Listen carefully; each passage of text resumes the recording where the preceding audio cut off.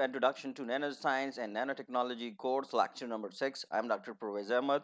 And today's lectures, we will try to answer the question that why do property change at the nanoscale? So this is the key topic for today's lecture. So let's proceed towards today's lecture. Before to answer that particular questions, first we have to discuss some things very important, and that is scale changes everything. That is, once you move from micro world to the nano world, so we have enormous changes. That is, the changes can be found in the universe at an enormous scale. I mean, so we have objects from millions of millions of billions of kilometers to a few nanometers or even to the atomic scale. So what we means that there are enormous scale differences in our universe. So when the scale changes, so at different scales we have different forces that dominate. I mean, if we have larger scales objects, so a larger scales one kind of forces that dominates. If we have a smaller scale object, so a smaller scale object, some other forces that dominates. And for the explanation of these forces, we have different models that better explain the phenomena. I mean, we have forces at the larger scale, I mean, for the heavier object, and we have the forces at a lower scale, that is for smaller scale object. And for the explanations of these forces, we have different models, and these models, they are being frequently used to explain those phenomena that are being exhibited by the dominant forces. So what we mean to say that scale changes everything. I mean, scale, when we reduce the scale or we change the scale, so because of the change in the scale, we have changes and everything. So here we will discuss four important ways in which nanoscale materials may differ from the microscale materials, and we will also explain that how these four important ways, I mean, they are important for understanding the nanoscale properties. So number first is the gravitational force. So when we reduce the size of the materials from bulk to nano, that is from larger scale to the nanoscale, so the gravitational forces become negligible, and the electromagnetic forces they become dominant. And along with that, we have quantum mechanics. I mean, quantum mechanical models are needed to describe the motions and energy instead of the classical mechanical models. I mean, what this mean? It means that with the reduction of size, not only the behavior of the forces changes, but also the mechanics that is used to describe their behavior is also changes. I mean, the classical physics, which is used for the behavior of larger scale object, is not applicable here. So we have the smaller scale physics that we call quantum mechanics, that is being used and that is being effective to describe the behavior. From the behavior we mean the motions and the energy of the smaller scale object. So instead of classical mechanics, we will utilize the more effective ways to be utilized to describe the behavior, particularly the motions and energy of the nanoscale object. So for that we will utilize quantum mechanics. So classical mechanics is not applicable here at the nanoscale because of the smaller scale object. And just like we discussed in the previous lecture, at the nanoscale we have greater surface area to volume ratio. What it mean? It mean that we have majority of the atom in the material that are lying at the surface as compared to the volume. I mean, we have many atom at the surface and few atom at the volume of a single materials. And along with that, we have random molecular motions because the material is small. So due to the smaller size, the molecule they move in a random way. Just like it's unlike the way they normally do at the bulk scale. So random molecular motion become more important at the nanoscale as compared to the bulk. I mean, it's also one of the property of the nanomaterial that they exhibit or that do the random molecular motion instead of the sequence motions or queue motions. So, what we mean when we say that at the nanoscale, the electromagnetic forces had become dominant. So, what actually it means, or how we can explain this? I mean, when we say that we reduce the size of the material, and with the reduction of size of the material, we say that the electromagnetic force become dominant as compared to, the gravitational force. So, how we can explain this fact? So, let's try to understand this concept. So just you know that from your knowledge of the basic physics that the mass of the nanoscale object is so small. So when the mass of the material is small, so gravity become negligible. And you know that why gravity become negligible, because gravity or the force of the gravity is basically dependent upon the masses of the object. And you know that the heavier the masses are, the more effective uh, the gravitation attractive forces will be. So when we come to the nanoscale, so you know that in a nanoscale, the particle size, they are very very very very small. So the smaller the sizes you have, according to it's Newton law of universal gravitations, the smaller the masses you have, the weaker the forces will be. So at a nanoscale, you know that the particle size, they are very very small. So that's why we can say that the gravitational forces, they are very very much weaker as compared to the bulk material. So, in comparison to the gravitational force, the electromagnetic force, if you have an idea about the Coulomb law. You already know about the Newton law of universal gravitation, and along with that, I think you also know about the Coulomb law for electrostatic. So you know that according to that law, the electromagnetic force is a function of charge and distance, and you know that it is not affected by the mass. So it can be very strong even when we have nano sized particle. So you know that the gravitational force is a function of mass, so that's why it is affected by the size of the object. So when we come to the nanoscale, we look at the electromagnetic force between the particle. So the electromagnetic force, it do not depend upon the size of the object, rather it depend upon the charges, the type of the charges. So electromagnetic force do not depend on the mass, so electromagnetic force is not affected by the reduction of the size.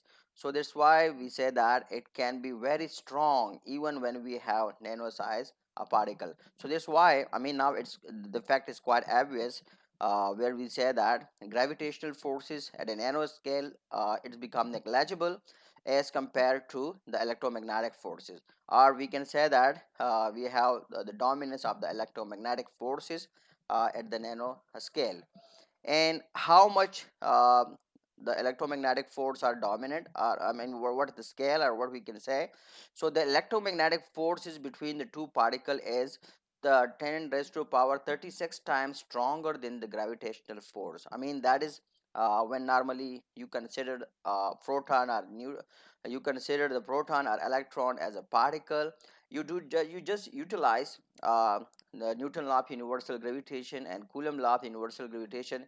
You just put the values for the charges and for their masses, and you do the comparison. So from that comparison, you will find that electromagnetic force is 10 raised to power 36 times stronger than the gravitational force. I think you people have already done that in your previous classes by studying the electromagnetic course, or by studying the electricity and magnetism course. I think you already know about this fact. Quantum effect, just like we are mentioning from last few lectures, that the quantum at the nanoscales we have quantum phenomena. That's why, because of the quantum scale object, we mostly utilize quantum mechanics to explain the behavior of the object. And classical models that we use to understand the matter, the macro scale breakdowns for very small. From very small, we mean the nanoscale, because that classical physics is unable to explain the unusual behavior of the smaller scale object. So that's why we utilize quantum mechanics to explain the phenomena as part of the very small object, that is part of the for the nanoscale material.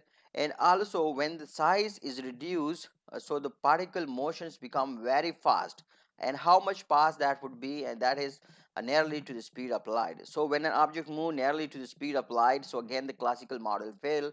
So we utilize the quantum model to explain the behavior of the object that is moving with a very high speed, that is with a speed comparable to the speed of light. So at that particular level the classical physics fail. So here again we utilize quantum physics or quantum phenomena to explain the behavior of the object. So quantum mechanics better explain or better describe the phenomena that classical physics cannot at the nanoscale. And because you know that, uh, just we mention, or we will try to mention in the coming slide, that the color of the nano gold, it changes by the reduction of the size. I mean, we have one particular color at one particular scale, just like you can see it here. If we have nano gold at this particular size, so the look will be like this. Here you can see it. But if we reduce the size, so here you can observe, and then this phenomena we will explain in full detail when we will try to when we will teach you the how the optical properties are being impacted by uh, the nanoscales parameter, or by the reduction of size. The detail of this concept we will explain later on in the coming lecture.